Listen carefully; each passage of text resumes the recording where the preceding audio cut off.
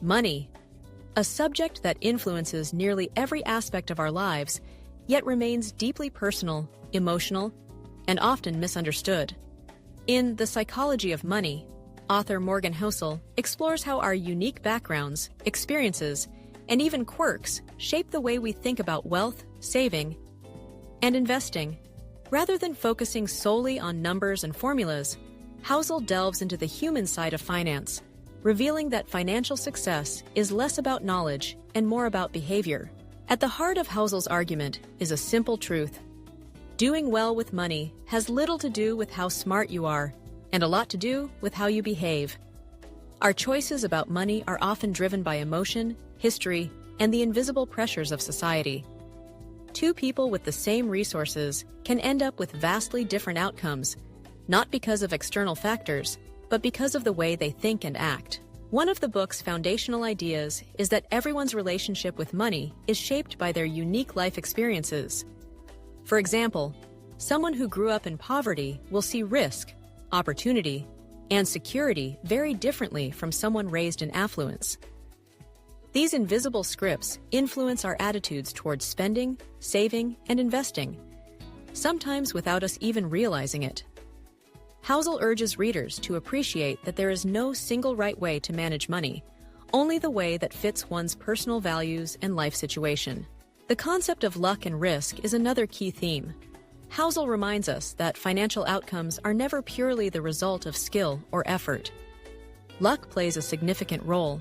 Being born at the right time, making a timely investment, or simply avoiding disaster. Equally, risk is always present, lurking in the unpredictable twists of life and markets. The takeaway? Be humble and cautious in both your successes and failures. Don't judge yourself or others too harshly based on outcomes alone. Compounding is highlighted as one of the most powerful forces in finance. Housel uses the example of Warren Buffett, who became a billionaire not just through smart investing, but by starting early and letting his wealth grow over decades. The lesson is clear. Patience and time can yield extraordinary results, often more so than chasing big wins or taking huge risks. Another principle Housel explores is the importance of saving, not just for specific goals, but as a way of gaining control over your life. Saving gives you options, flexibility, and the ability to weather setbacks. It's less about the amount and more about the habit. This ties into the idea that wealth is what you don't see. It's the money you don't spend. True wealth is often invisible, while extravagance is easy to spot. Housel also discusses the dangers of moving goalposts. As we achieve more, our expectations rise, and satisfaction becomes elusive. The key to happiness, he suggests, is learning to recognize when you have enough. Contentment is a form of wealth that many overlook in the pursuit of more. Throughout The Psychology of Money, stories and anecdotes illustrate how real people have navigated the complexities of wealth, both wisely and foolishly. Housel's advice is practical: plan for the unknown, avoid extremes, and embrace humility.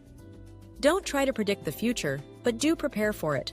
And always, always keep your own values at the center of your financial decisions. Ultimately, the book is a reminder that money is a tool, not a goal. It should serve your life, not the other way around. By understanding the psychology behind our financial choices, we can make better decisions, build lasting wealth, and find greater satisfaction, not just in our bank accounts, but in our lives as a whole.